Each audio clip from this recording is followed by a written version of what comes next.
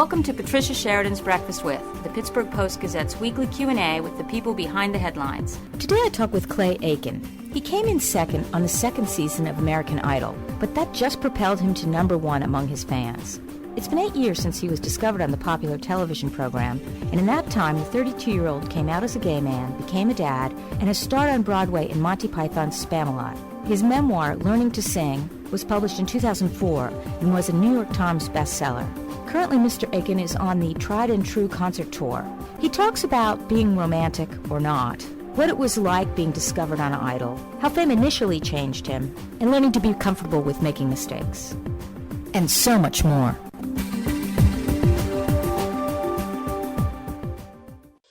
Are you a romantic? Oh, God. I don't know if I'm a romantic that much. I mean, I'm very pragmatic in general in life, and so I'm not sure that I am a romantic within my own life. Although I will say I do get very caught up in the romantic elements of arts and performances and TV shows and movies and music too. You know, I can get wrapped up and swept up into it when it comes when it's done in an art form way. But I'm kind of more of a boring pragmatic when it comes to real life. I think that fantasies happen on TV. Well, it certainly happened for you on TV. That's true. It did, didn't it? Yeah. That's true. So maybe I should. I guess I should look at my own life a little bit more and realize that maybe things they do actually happen in real life sometimes too. So, has fame been everything you expected? Well, what would one expect fame to be? I didn't fantasize about being famous, that's for sure. That's interesting. And I never thought in my life that I was going to be famous.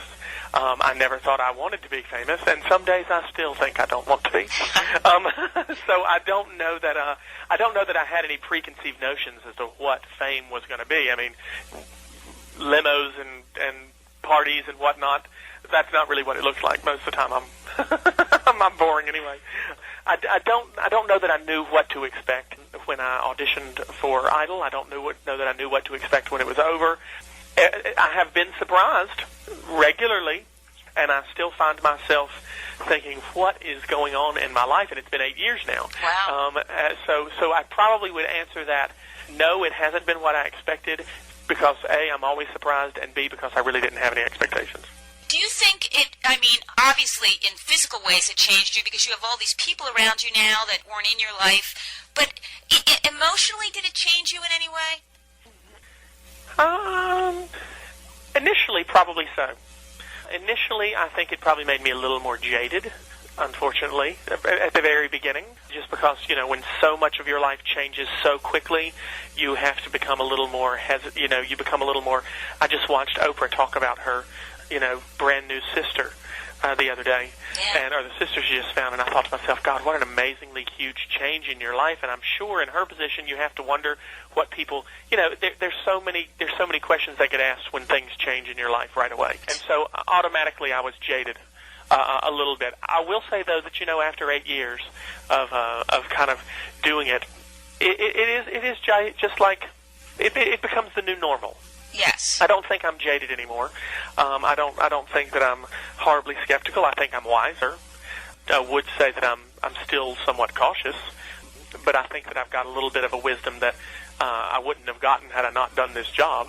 And people are constantly saying, "Oh my God, your life must be so tough to do this, or it must be so strange to do this." And I think to myself, you asked me 5, 6 years ago, 7 years ago, I would have said that, but now it's just, it's what I do, and it's my life, and I know how to traverse the pits and perils of it, Right. Better.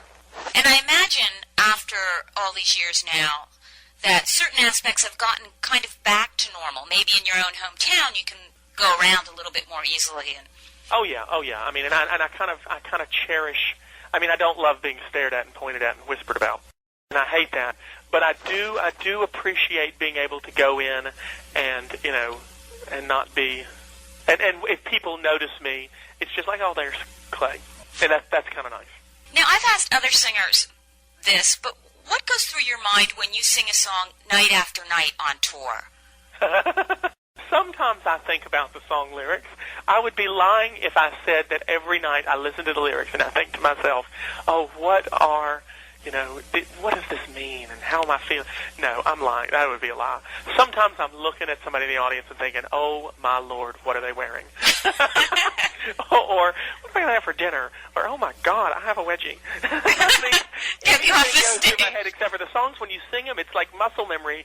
Your mouth. I have found myself thinking about anything but what I'm supposed to be thinking about, and somehow the song still comes out. And I am somewhat notorious for making up lyrics, because I'll be thinking about dinner, and then all of a sudden I'll think to myself, oh wait, I'm not paying attention to the song, and then I'll overthink it and I'll forget the words. Nobody else says that to me. No one else has told you they're thinking about having a wedgie right now. No one has said those words, but they have been. It's part of being a performer, I suppose. You're performing, but your brain is in another place sometimes. Oh yeah, I mean, when I did Spamalot on Broadway, there were plenty nights when I was saying what I was supposed to say or singing what I was supposed to sing, and not paying attention to what was going on at all. When you do it 8 times a night, or when you're touring and you do it six times a show, 6 shows a week. I've heard these songs before. I don't need to listen. You've always seemed, or appeared to be, at home in the spotlight from the get-go. But what about your friends and family? Was there an adjustment for them when you became so famous so fast? You know what? It's interesting that you say that, because I'm not at home. I mean, I like performing on stage, but I don't like being in the spotlight when I'm not on stage.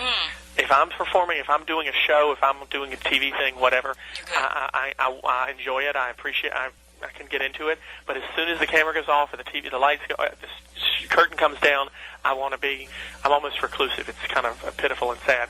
I will say that I think that for friends of mine who I've had for years and years, I'm sitting here in my office and looking at pictures of some of them, thinking to myself, I have a cousin and 2 best friends and my younger brother and all my siblings and my mother. They all wanted this for me before I did. They all thought that I would do this before I did. So I think for them, the adjustment was, obviously, it was an adjustment to get used to all of the tangibles that happen. But to see me singing and performing, I'm thinking, I know for a fact that Christy and Nick and my brother and my cousin Jamie, and these are people who actually thought I'd do this way before I did. And so to them, it's probably, well, I don't say probably, they've all said it themselves. To them, it's more what they expected anyway. That's pretty great. And you do, it's funny because you do appear comfortable in the spotlight. However, you are notorious for protecting and guarding your privacy. Yeah, again, I didn't expect to do this. Yeah. I would imagine doing these kind of interviews, especially at first, would have been kind of scary.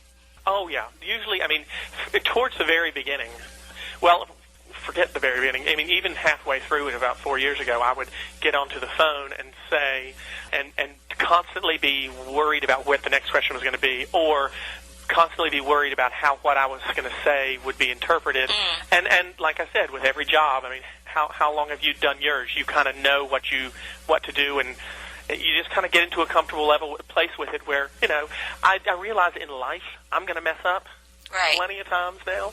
And that's why I say there's a certain wisdom that comes with it. I realize I'm going to screw up a lot, and I need to stop being afraid of screwing up.